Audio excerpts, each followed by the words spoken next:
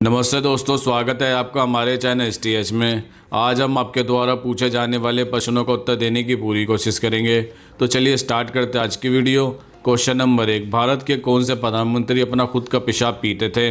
दरअसल भारत के चौथे पूर्व प्रधानमंत्री मोरारजी देसाई ने लंबे वक्त तक स्वयं मूत्रपान किया था। साथ ही वे इसके फायदों की वकालत भी करते थे। ऐसा वह रोगों से बचाव के लिए किया करते थे और वह यह भी कहा करते थे कि लाखों भारतीयों के लिए यह एकदम सही दवा का मिश्रण है, खासकर ऐसे लोगों के लिए जो अपने इलाज का सही खर्च नहीं उठा सकते।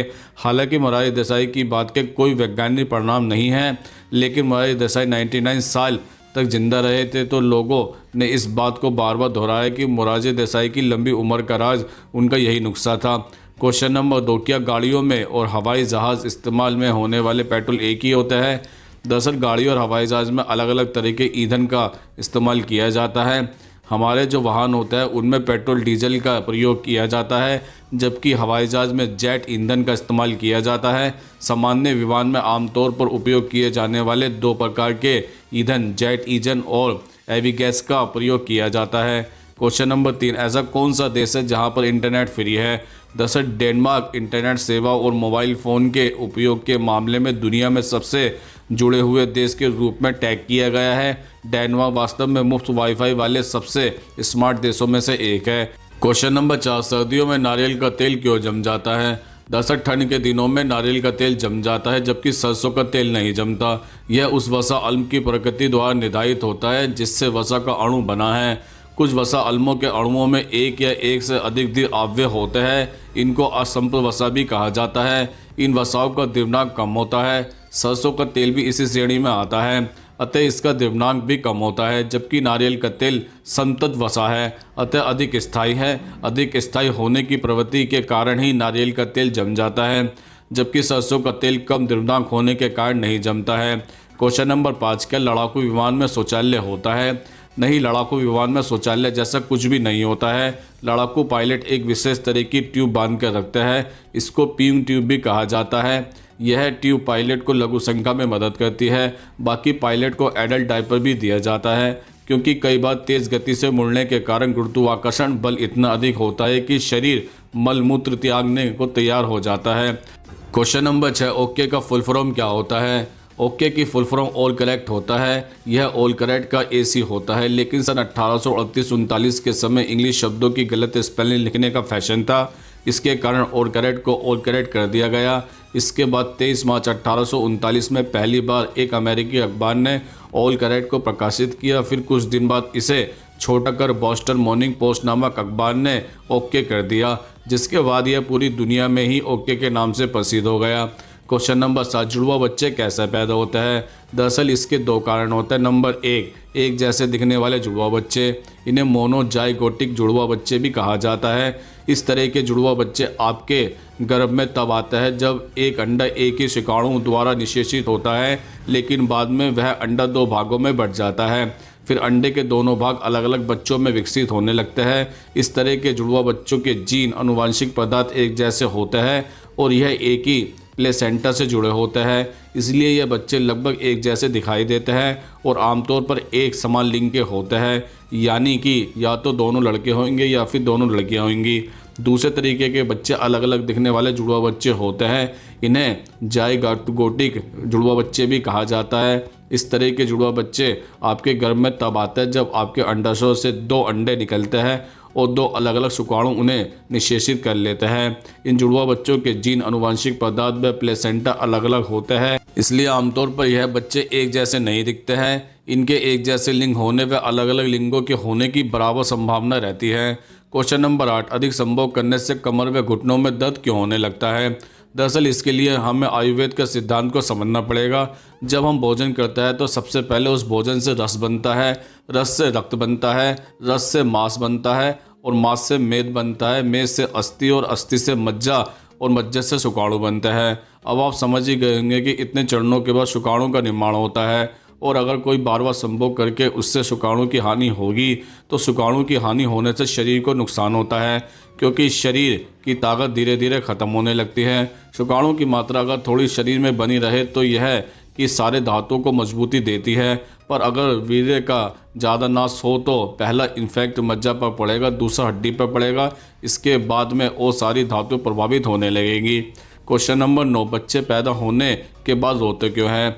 दरअसल बच्चों का जन्म लेते ही वह रोना जरूरी होता है, क्योंकि रोते ही वह बच्चे असली सांस लेते हैं। शिशु जब अपनी मां के गर्भ में होता है तब वह सांस नहीं लेते हैं, वह एमियोटिक सैक नामक एक थैली में होता है जिसमें एमियोटिक द्रव भरा होता है। उस समय शिशुओं के फेफड़ों में हवा नहीं होती है, उनके फेफड़ों में भी एमियोटिक द्रव भरा होता है। इस स्थिति में बच्चे को सारा पोषण अपनी मां के द्वारा गर्भनाल के माध्यम से मिलता है। मां के शरीर से बाहर आते ही गर्भनाल काट दी जाती है। जन्म लेते ही पशु को उल्टा लटकाकर उसके फेफड़ों से एमिग्रोटिक द्रव निकालना जरूरी होता है ताकि फेफड़े सांस लेने के लिए तैयार हो सके। इसके लिए ज़रूरी है कि शिशु कई लंबी सांसें ले ताकि फेफड़ों के कोने कोने से एमिग्रेटिक द्रव निकल जाए और फेफड़ों की क्रियात्मक इकाई एल्वियोली तक आने जाने की मां खुल जाए। यदि शिशु स्वतः नहीं रोता तो उसे हल्की सी चपत लगाकर रुलाया भी जाता है। क्वेश्चन नंबर 10, किस जगह पर दुल्हन बाजार से खरीद सकते हैं?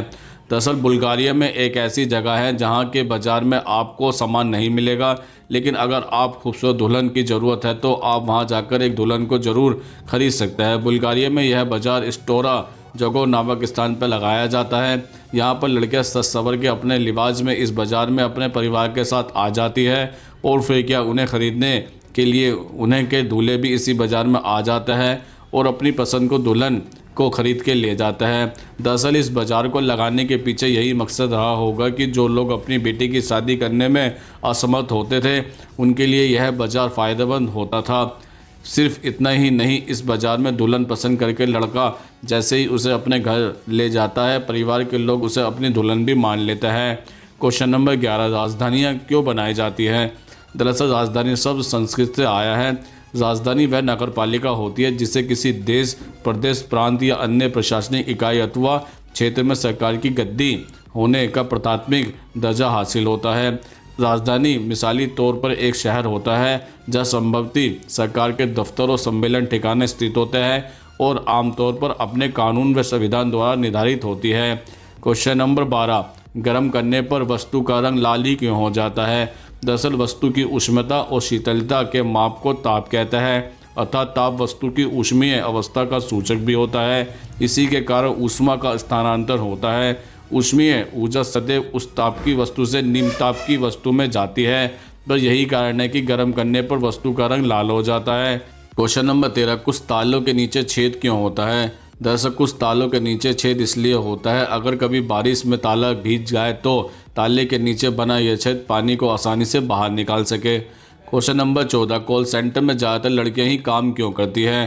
दरअसल ऐसा नहीं है कि लड़कियों की ज्वाइनिंग ज़्यादा होती है, लड़कियों की ज्वाइनिंग लड़कों से कम होती है, लेकिन पहले ही महीने की सैलरी लेकर आधे से ज़्यादा लड़के नौकरी से परेशान होकर दूसरी कंपनी तलाशते हैं। कुछ रुकते भी हैं तो अगले महीने दूसरी कंपनी तलाश लेते हैं।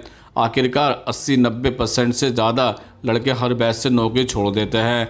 लड़कियों के रुकने के कई कारण हैं, जैसे कि सबसे पहले तो किसी भी माहौल में अपने आप को एडजस्ट कर लेती हैं, सहन शक्ति लड़कों के मुकाबले ज़्यादा होती है और सामान्यतः जैसा कि स्कूल या कॉलेज में होता है कि एक ही जैसी गलती की सज़ा लड़कों और लड़कियों को अलग अलग मिलती है, यहाँ भी ऐसा ही होता है। उन्हें छुट्टी आसानी से मिल जाती है, इसलिए महीने के अंत में लड़के नौकरी को अलविदा बोल देते हैं, लेकिन लड़कियां लगन और मेहनत के साथ जुटी रहती हैं और अपने आप को उस माहौल के अनुसार ढाल लेती है। इसलिए ज़्यादातर कॉल सेंटरों में लड़कियां ही आपको दिखाई देती है।